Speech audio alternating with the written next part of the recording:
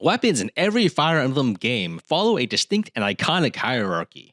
There's reliable and cheap iron weapons, followed by stronger and heavier steel weapons, and on the upper end we have powerful but expensive silver weapons. Silver weapons hold a special place as an early source of high power that has limited uses. You might only get a few of these in the early game, such as Jagan or Seth's Silver Lance, or as an early reward such as the Silver Sword given you to by Arvis in Genealogy or Hardin in Shadow Dragon. This convention holds true in every single Fire Emblem game, and for most Fire Emblem players, it's become common sense. But if you sit down to think, you might realize how strange some of it is. Why is silver the strongest material? Today, I'd like to look into possible origins and reasons for why silver is a high-tier weapon type in Fire Emblem. The progression from bronze to iron to steel has historical origins, and the names of these materials are often used as monikers for various stages of human civilization, such as the Bronze Age and the Iron Age. As technology improved, civilizations went from predominantly using bronze to iron and eventually steel, so it's quite common for games and media to feature this bronze to iron to steel progression because of this historical basis, as well as the relative quality of these materials. This is usually implemented by giving, among other things, higher stats to equipment made of stronger materials. One thing that is omnipresent in Fire Emblem is silver as a tier higher than steel. This is a little strange because silver is a real metal, and it is not a very good material for weapons or armor. It's expensive, heavy, and most concerningly, a soft and weak metal. So why is silver so strong in Fire Emblem? More importantly, why is it so strong only in Fire Emblem?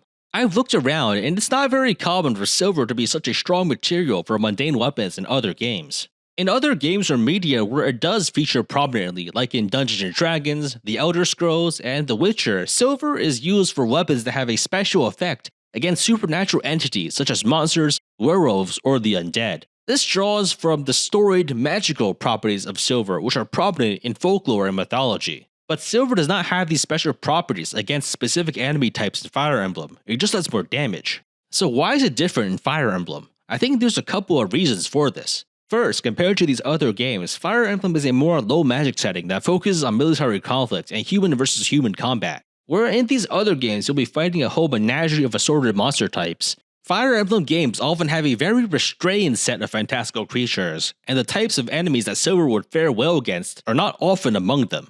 Second, weapons that are especially effective against specific types of enemies have a different naming scheme in Fire Emblem, usually one that indicates the type. Armor Slayers against Armor Knights, Horse Slayers against Cavalry, and Worm Slayers against Dragons. Third, it interacts with the endgame weapon economy that is one of the core gameplay systems of Fire Emblem. Weapons are consumables, not permanent fixtures, and so the economic cost of using a weapon matters a lot. It's a common convention for more powerful weapons to be worth more, and I think Fire Emblem leverages silver as a material to take advantage of that paradigm and flip it on its head. Powerful weapons are worth more, therefore weapons that are worth more are more powerful. And silver is mainly known for being valuable. Civilizations have used silver as a monetary standard for thousands of years, and is basically synonymous with money. If there were a better material for swords or axes or lances in real life, then perhaps you would see that in place of silver. But even to this day, alloys of steel are still the best material for such equipment. But having steel be the upper end would probably be too mundane, necessitating a tier above it to be more exciting. But I think there's more to it than that. So let's go back into the origins of silver weapons, back to where it all started, with the original Fire Emblem, Shadow Dragon and the Blade of Light, released in 1990. This naming convention started in that game and has persisted ever since, so any of the original reasons for this scheme must have also been from that period. Fire Emblem drew from the popular media of its time, and it is a fact that the original developers were huge fans of Final Fantasy. Shozo Kaga, the lead developer of the first 5 Fire Emblem games, himself stated in a 1994 interview that he was obsessed with Final Fantasy III during the development of the first Fire Emblem game, and there were shared names across the franchises because they likely drew from the same sources of inspiration. Silver swords appear in Final Fantasy as a mundane early game weapon, but it is only named so in an early English localization. The naming has since been changed in later translations to the original Japanese, where they were called mithril swords. Mithril, of course, here refers to the fictional metal originating from J.R.R. Tolkien's Lord of the Rings franchise, where it is noted to be an extremely expensive silvery metal that is stronger and lighter than steel. Because of the extreme popularity of the Lord of the Rings worldwide, mithril has been widely used as a fictional metal that's a step up from more mundane metals like steel. If we look at the stats of weapons in Fire Emblem, we can see several trends. Iron is cheap, while steel is stronger and heavier. Silver is the most expensive of the three, but has higher might and lower weight than steel weapons. So these properties seem to more closely match that of the fictional metal mithril than the real metal silver.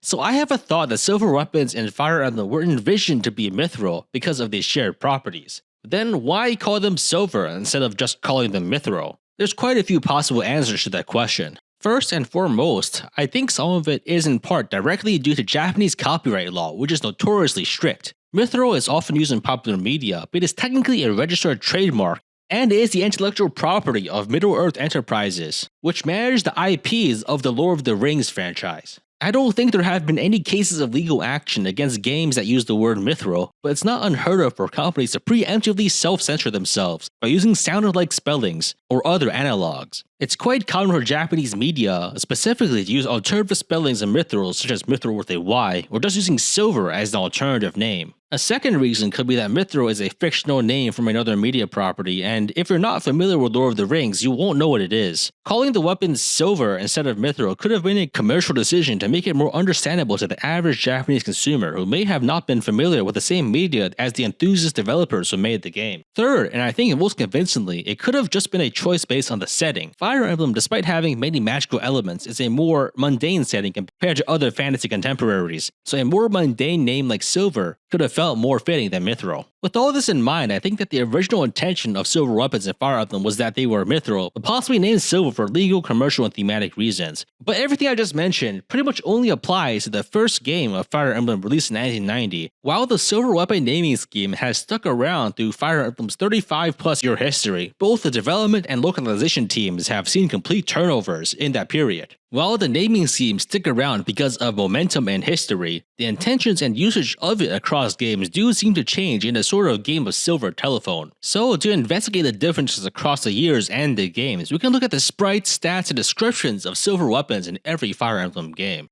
It is here where many discrepancies, divergences, and inconsistencies start to emerge. After looking through all the mainline Fire Emblem games, I've settled on 3 general definitions of a silver weapon. First, the case of silver being mithril but not being named as such. The second being silver being just a name for a weapon of high quality that is possibly so sharp and polished that it has the appearance of silver. And the third that it is actually just silver, but they pretend it isn't useless for combat. But honestly, the actual information in each game is quite sparse, and it's very sensitive to tiny differences in descriptions and translations. This can happen because of a disconnect between the translation team and the original writers who named everything, especially for such a minor detail as a weapon description. It's a sort of thing that isn't important enough to really discuss, so the localization teams might take creative liberties for the sake of expedience. And while this is true for the translation teams, it's also true for the writers and game designers who adapt things for the specific needs of the entry. The material hierarchy exists, but ultimately it's only a vehicle for game mechanics, which have changed in more modern Fire Emblem games. So let's go through each mainline Fire Emblem entry and see if we can discern what silver weapons actually are in each game. For the first 8 Fire Emblem titles, I'm reasonably sure that the original intention of silver as mithril was retained, but this is mostly because of a lack of information than anything else. In the first Fire Emblem game, Shadow Dragon and the Blade of Light, weapons don't have sprites or descriptions. In terms of in-game evidence, all we really have to go off of are the name and the stats. But I think the look I've given into the inspirations of the original FE developers is the weightier evidence than the sparse amount of info we have here. Things are slightly different in the second entry, Gaiden, where the Iron Sword actually doesn't exist as an item, instead likely being the default sword that most characters have. Steel and silver are the upgrades, and while both of them have a weight of 1, silver is more accurate. So honestly, I still think mithril kind of fits as silver here. In the third entry, Mystery of the Emblem, the weapons now have sprites. From the left to the right, we have the iron, steel, and silver swords, and clearly we can see that silver is the bulkiest sword, but in terms of stats, it is also the lightest. But I think looking too much into the sprites is tenuous at best, because they're honestly all over the place. In the fourth entry, Genealogy of the Holy War, things change a little in that going from iron to steel to silver only changes the might of the weapon, while the weight and hit and everything else stays the same except for the value. This is probably because weapon weight in Genealogy is more allocated towards differences between swords, axes, and lances, so they just have a different system entirely in this game. In the 5th entry, Thracia 776, we finally get the first crumbs of information with the introduction of weapon descriptions. There is no official translation, but the Japanese text is very helpful, telling us that it is a powerful sword. Regardless, we see a switch back to the higher might, lower weight, higher cost system that we see in the original Fire Emblem. And we can once again note that the sprite of the silver sword is bulkier, even though the weapon itself is lighter. This trend carries over to the next entry, Binding Blade, which also does not have an official English localization. But the Japanese description helpfully adds an additional adjective, now noting that the silver sword is a powerful and expensive weapon. In the 7th entry, Blazing Sword, there's a slight modification to hit rate, but otherwise everything else is the same. Notably, there's actually a decrease in information because Fire Emblem 7 does not have weapon descriptions for this item. And in the 8th entry, Sacred Stones, the items are exactly the same, with the same stats, sprite, and lack of description. We get our first shakeup with Path of Radiance and Radiant Dawn, where descriptions slightly change, possibly indicating a difference in intention for what silver weapons actually are. In the 9th entry, Path of Radiance, the description specifically cites the sharpness of the weapon, while the actual Japanese translation only cites that it is powerful, indicating possible creative liberties taken by the translation team responsible for the Path of Radiance translation. And the same thing happens in the 10th entry, Radiant Dawn, where the English text specifically cites sharpness, while the Japanese text uses the more general power.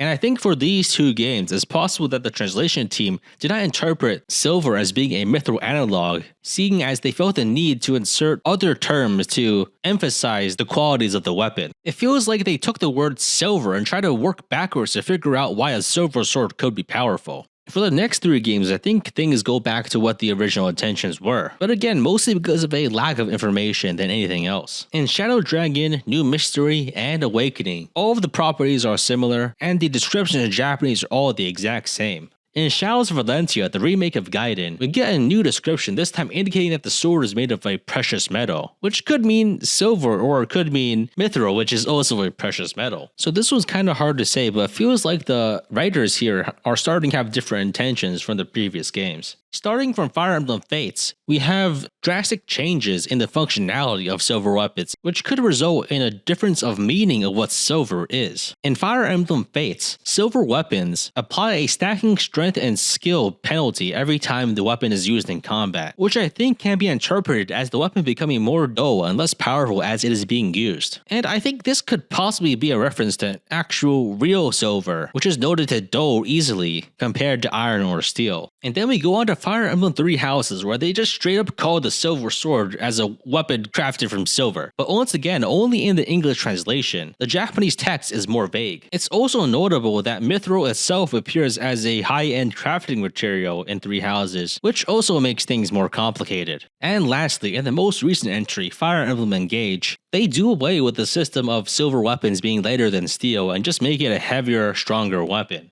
So this is likely because of the different systems of the game, such as the removal of weapon durability. It's possible that the developers here actually just intended the silver weapon to be made out of silver.